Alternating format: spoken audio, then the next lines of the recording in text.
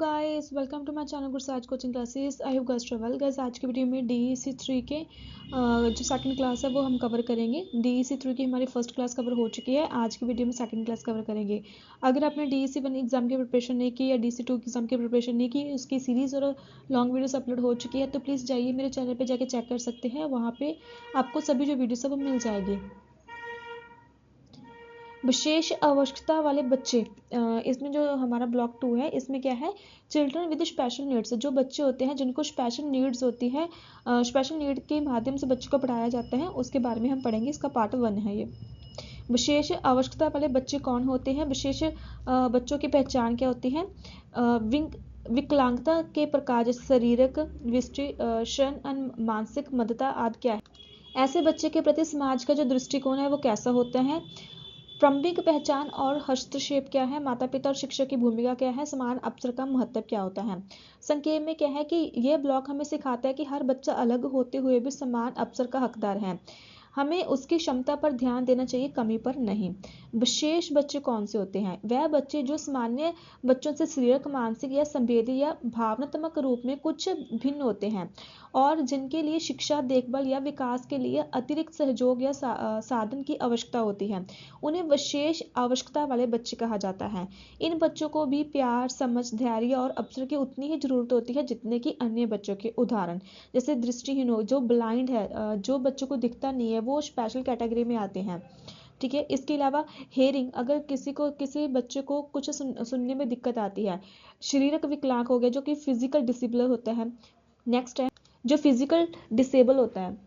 मानसिक मदता, ठीक है, मानसिक मदता लाइक इंटेलिजेंस के रिगार्डिंग। भावनात्मक और व्यवहारिक कठिनाइयाँ, जो कि इमोशनल बिहेवियर प्रॉब्लम्स के रिगार्डिंग। तो इसमें अगर कोई भी प्रॉब्लम है बच्चे को, तो वो जो बच्चे हैं वो स्पेशल बच्चे कहलाते हैं। वो स्पेशल नीड्स उनको प्रोवाइड की जाती हैं। उनके लिए अलग से स्कूल होते हैं, वहाँ पे टीचर भी अलग से ही हायर किए जाते हैं। विशेष बच्चों की पहचान क्या है, प्रारंभिक पहचान बहुत ज़रूरी है ताकि समय पर मदद और प्रशिक्षण दिया जा सके। मुख्य पहचान के संकेत, शारीरिक विकलांगता करके जो बच्चे होते हैं वो चलने या फिर उठने बैठने में कठिनाई होती है, हाथ पैरों में कमजोरी या कमजोरी मीनिंग शो होती है।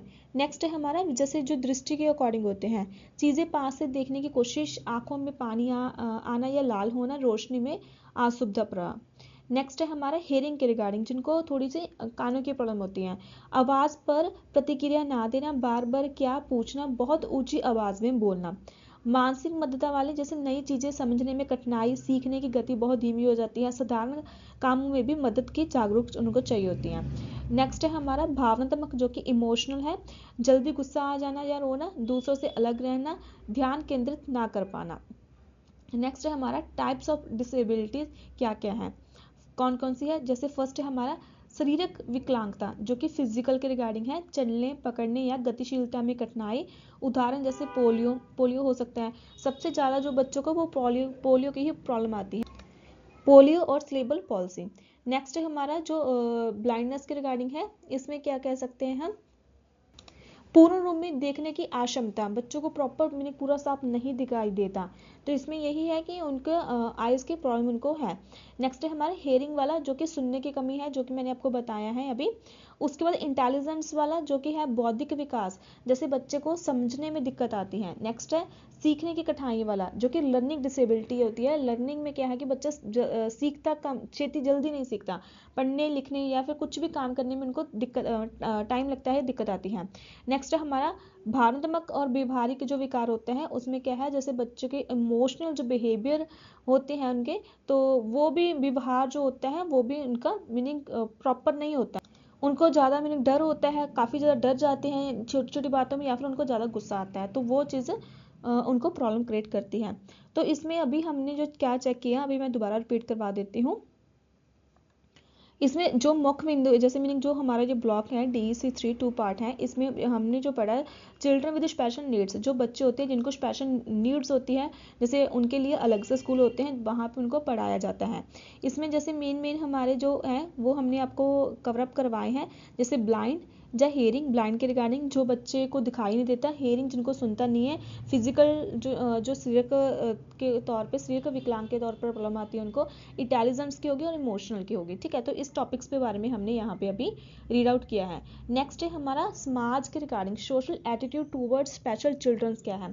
पहले समाज में विकलांग बच्चों को अक्षम या बोझ माना जाता था, लेकिन अब ये दृष्टिकोण बदल गया है। इसमें क्या है, हर बच्चा सीख सकता है यदि उसे सही वातावरण और सहायता मिले। पहले क्या था कि अगर कोई बच्चा ऐसा होता था जिसको मीनिंग स्पेशल नीड्स चाहिए थी, तो वो बच्चों को मीनिंग समाज बोझ मानता था, उनको ये बोलता था कि अभी ये कुछ नहीं करने वाला, इसका कुछ नहीं होगा। बट नाउ अ टाइम ये दृष्टिकोण चेंज हो चुका है, हर एक बच्चे को सिखाया जा रहा है, उनके स्पेशल नीड्स के जो नीड्स उनको दी जाती हैं, जो टीचर है उनको स्पेशल गाइडेंस के अकॉर्डिंग उनको सिखाते हैं। हर बच्चा सीख सकता है यदि उसे सही वातावरण और सहायता मिले। विशेष बच्चे भी समाज के लिए उपयोगी बन सकते हैं, उन्हें सहानुभूति नहीं समान और अवसर की आवश्यकता होती है। नेक्स्ट है प्रारंभिक पहचान। क्या प्रारंभिक पहचान उसकी क्या होती है? बच्चे के जन्म या शुरुआती वर्ष में किसी भी असमानता को पहचानना, कोई भी ऐसा काम जो बच्चे से नहीं हो सकता तो वहां से पता चल जाता है।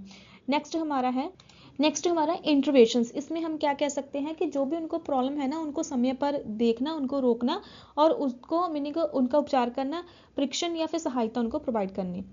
महत्व क्या है? बच्चे के विकास की दिशा सुधारना। सबसे मेन महत्व आपको भी पता है कि बच्चे के दिशा को सुधारना है, बच्चे को कुछ ना कुछ सिखाना है, स्कूल के लिए तैयार करना है, माता पिता को सही मार्गदर्शन देना है। उसके बाद है मुख्य उपाय क्या क्या है? स्वस्थ जांच और टीकाकरण, नियमित अवलोकन और रिकॉर्ड रखना, विशेष शिक्षकों की परामर्श लेना, लाइक उनके बारे में बताना। माता पिता और शिक्षक की भूमिका क्या होती है? जो ये ऐसे बच्चे होते हैं जिनको कोई ना कोई प्रॉब्लम होती है, उनमें मीनिंग जो माता पिता हैं, क्योंकि उनके जो माता पिता हैं वो तो अपने बच्चे की केयर करेंगे, उसके साथ साथ जो टीचर्स हैं वो भी उनकी केयर करते हैं, तो उनको भी सिखाने में अपना योगदान देते हैं। माता पिता की भूमिका क्या है? बच्चे को प्यार और आत्मविश्वास देना, उनकी विशेष जरूरतों को समझना, डॉक्टर या शिक्षक को मिलकर सहायता लेना, बच्चे की छोटी उपलब्धियों के सहारना, उनको मोटिवेट करना। शिक्षक की भूमिका प्रत्येक बच्चे की क्षमता को पहचानना कि क्या कौन सा बच्चा किस चीज़ में बेटर कर सकता है और उस पर उसका फोकस करना। उसके बाद नेक्स्ट हमारा कह सकते हैं सरल और लचकीला बनाना, उसका कोई भी जो आप उनको कुछ सिखा रहे हो वो अच्छे तरीके से सिखाना। खेल और अनुभव आधारित शिक्षा प्रोवाइड करना, समान भागीदारी का अवसर देना, परिवार के साथ मिलकर काम करना। तो ये शिक्षक की भूमिका होती है कि उनको बहुत ईजी वे में उनको सिखाना। समाज अवसर और समावेशी शिक्षा क्या है? इसमें क्या कह सकते हैं? इंक्लूसिव जो एजुकेशन है, समावेशी शिक्षक है, सभी बच्चों को चाहे वह सामान्य हो या विशेष, एक ही कक्षा और वातावरण में सीखने का अवसर देना। महत्व क्या है? भेदभाव कम होता है, बच्चे एक दूसरे को समझना सीखते हैं, आत्मविश्वास और सामाजिक कौशल बढ़ाते हैं, विशेष बच्चों का समाज में बेहतर समावेश होता है। उदाहरण क्या है? एक ही कक्षा में सामान्य और विशेष बच्चे साथ खेलते सीखते हैं, शिक्षक सभी को समान अवसर देता है। लाइक अगर आप मीनिंग नॉर्मल हो और आपके मान के चलो क्लास में 30 बच्चे हैं और 2 बच्चे ऐसे हैं जिनको सुनाई नहीं देता या फिर उनका कोई भी ऐसा एक प्रॉब्लम है, तो वो बच्चे अगर आपके साथ पढ़ेंगे या आपके साथ क्लास में रहेंगे तो ईजिली वो आपको ग्रैब करेंगे और आपसे सीखेंगे। नेक्स्ट हम देख लेते हैं, यहाँ पर हमारा हो गया विशेष बच्चे किसी कमी का प्रतीक नहीं बल्कि एक अलग क्षमता और उदाहरण है। समाज, माता पिता और शिक्षकों की जिम्मेदारी है कि वह इन बच्चों को समान समर्थन और समान अवसर दे ताकि वह बच्चे आत्मनिर्भर बन सकें। तो अभी हम इसके जो 20 MCQs है वो चेकआउट कर लेते हैं। विशेष आवश्यकता वाले जो बच्चे हैं वो कौन होते हैं? जिन्हें विशेष सहायता की आवश्यकता होती है, जिनको नीड होती है। दृष्टिहीन बच्चे कौन से सहायक साधन का प्रयोग करते हैं? कौन से सहायक साधन के प्रयोग करती हैं? वो है हमारा ब्रेल लिपि की। श्रवण बाधित बच्चे किस भाषा का प्रयोग करते हैं? संकेतिक भाषा का। मानसिक मध्यता का अर्थ क्या है? बौद्धिक विकास की कमी होना। प्रारंभिक पहचान क्यों आवश्यक है? समय पर सहायता देने के लिए। शारीरिक विकलांगता का उदाहरण कौन सा है? पोलियो। दृष्टि विकलाप बच्चे कौन सी विधि उपयुक्त होती है? स्पर्श आधारित शिक्षा। भावनात्मक विकार का उदाहरण क्या है? गुस्सा और डर। इंक्लूसिव एजुकेशन का अर्थ क्या है? विशेष और सामान्य बच्चों को साथ शिक्षा देना। समाज को विशेष बच्चों के प्रति कैसा दृष्टिकोण रखना चाहिए? सम्मानजनक और सहायक। विशेष बच्चे किस आयु में पहचाने जा सकते हैं? 0 से 6 वर्ष। फ्राइड ने किस विकास पर बल दिया? मनोवैज्ञानिक विकास। विशेष शिक्षा की आवश्यकता क्यों होती है? उनकी सीखने की जरूरतों को पूरा करना। माता पिता को विशेष बच्चों के प्रति क्या दृष्टिकोण रखना चाहिए? सहानुभूति नहीं, सहयोग उनका देना चाहिए।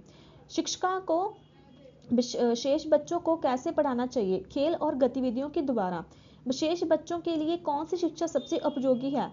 समावेशी शिक्षा। विशेष बच्चों को क्या चाहिए? अवसर और समर्थन। विकलांगता का अर्थ क्या है? असमर्थता। मानसिक मदता वाले बच्चे कौन सी चीज उनको मदद करती है? दोहरार और चित्र आधारित शिक्षा। विशेष बच्चे के विकास के लिए सबसे महत्वपूर्ण तत्व क्या है? प्यार और स्वीकारता। प्यार से अगर आप उनको समझाओगे तो वो कुछ भी चीज़ सीख सकते हैं। उनके लिए सिखाने के लिए उनका माहौल होना जरूरी है। माहौल के माध्यम से भी वो काफ़ी चीज़ें सीखते हैं। इसलिए अभी मीनिंग उन बच्चों के लिए स्पेशल स्कूल्स प्रोवाइड किए गए हैं और स्पेशल जो टीचर्स रखे गए हैं जो उनको बहुत ही प्यार से और उनकी ही भाषा में उनको सिखाते हैं और वो बच्चे सीखते भी हैं। तो इसमें हमने DEC 3 का जो ब्लॉक नंबर 2 कवर किया है। नेक्स्ट वाली वीडियो में 3, 4 और 5 ब्लॉक कवर करेंगे। DEC 3 के टोटल 5 ब्लॉक हैं। अगर वीडियो अच्छी लगती है वीडियो को लाइक करके चैनल को सब्सक्राइब जरूर कर लेना। Thank you.